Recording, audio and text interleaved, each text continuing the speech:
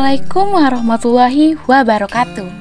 Halo semuanya, perkenalkan sebelumnya saya Naura Diana Zifah, mahasiswa program pertukaran mahasiswa merdeka dari Universitas Swadaya Gunung Jati Cirebon, program studi Bahasa dan Sastra Indonesia. Saya akan menjelaskan tentang konteks wacana. Sebelumnya, apa sih konteks wacana itu?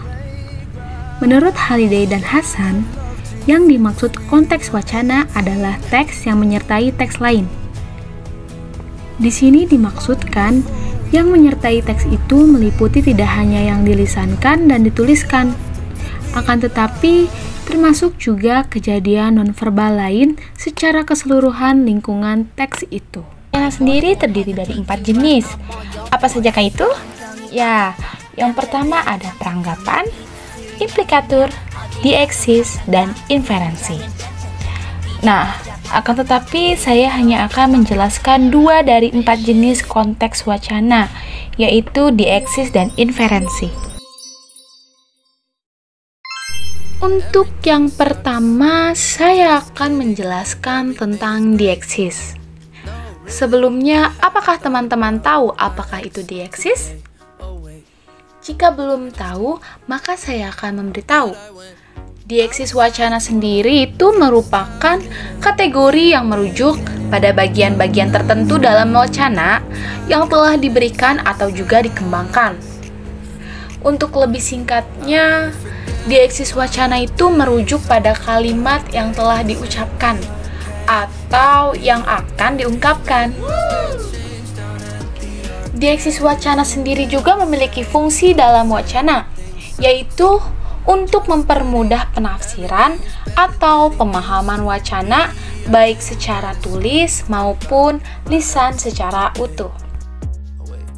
Dieksis mempunyai 3 jenis, yaitu dieksis ruang, dieksis persona, dan dieksis waktu. Ketiga dieksis ini bergantung pada interpretasi para peserta komunikasi yang ada di dalam konteks yang sama.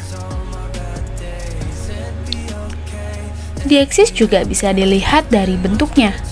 Yang pertama, dieksis ruang berkaitan dengan lokasi relatif penutur dan mitra tutur yang terlibat dalam interaksi. Yang kedua adalah dieksis personal. Kita dapat melihatnya dari bentuk pronomina yang dibedakan. Pronomina orang pertama, pronomina orang kedua, dan pronomina orang ketiga. Pronomina sendiri merupakan kata yang digunakan di mana pada orang pertama untuk bentuk tunggalnya adalah aku dan saya. Kemudian bentuk jamaknya adalah kami dan kita. Pronomina untuk orang kedua pada bentuk tunggalnya adalah engkau, kamu, dan Anda. Untuk bentuk jamaknya sendiri adalah kamu semua dan Anda semua kalian. Dan pronomina yang terakhir adalah untuk orang ketiga, di mana ia, dia, dan beliau adalah bentuk tunggal, dan mereka untuk bentuk jamaknya. Untuk yang terakhir adalah dieksis waktu, yang berkaitan dengan waktu relatif penutur dan mitra tutur. Waktunya pun berbeda-beda, bisa hari ini, esok, dan kemarin. Kita beralih pada pembahasan kedua tentang jenis konteks wacana yang sedang saya bahas kali ini, yaitu inferensi. Apakah kalian tahu inferensi itu berasal dari kata apa? Ya, inferensi berasal dari kata inference yang secara leksikal berarti kesimpulan. Inferensi juga merupakan proses yang harus dilakukan pembaca untuk memahami makna yang secara harfiah tidak terdapat di dalam wacana yang diungkapkan oleh sang pembicara atau sang penulis. Inferensi atau penarikan simpulan sering terjadi apa yang dimaksud penutur tidak sama dengan apa yang dianggap pendengar, sehingga terkadang jawaban si pendengar tidak dapat direspon balik atau sering juga terjadi si penutur mengulang kembali ujarannya dengan cara yang sama atau kalimat yang lain supaya dapat ditanggapi oleh pendengar secara keseluruhan. Gagasan-gagasan yang ada dalam otak penutur direalisasikan dalam bentuk kalimat-kalimat. Kalau tidak pandai-pandai menyusun kalimat atau tidak pandai-pandai menanggapinya, maka akan terjadi kesalahpahaman.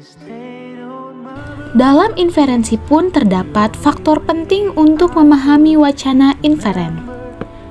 Faktor tersebut bisa dilihat dari dua aspek, yaitu aspek situasional dan aspek sosio-kultural.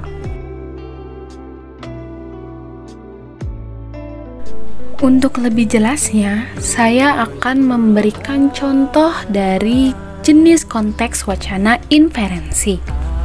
Contohnya seperti ini. Ada dua orang teman berjumpa, dan perjumpaan itu diceritakan oleh salah satunya ke kawan lainnya lagi, dan terjadilah percakapan seperti ini. "Saya baru bertemu dengan si Janah," kata Nurul kepada Halimah. "Oh, si Janah kawan kita di SMA itu?" balas Halimah. "Bukan, tapi Janah kawan kita waktu kuliah dulu," sangkal Nurul. "Janah yang berambut panjang itu?" tanya Halimah. Bukan Janah yang berambut panjang, tapi Janah yang berjilbab itu loh," jelas Nurul kepada Halimah. "Oh, iya, saya tahu. Jelas Halimah mengerti. Pada ujaran pertama, Halimah salah tangkap.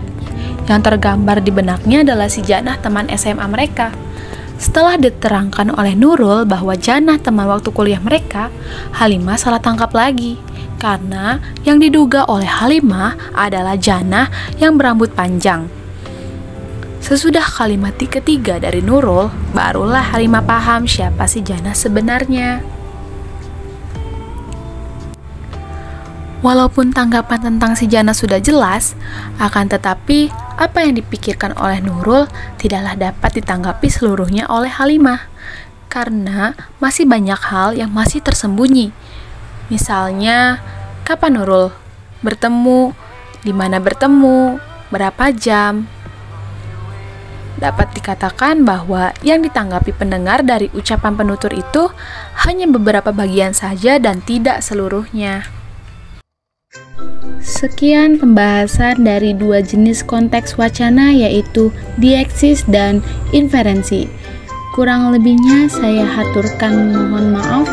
Wabillahi taufiq wal hidayah. Wassalamualaikum warahmatullahi wabarakatuh.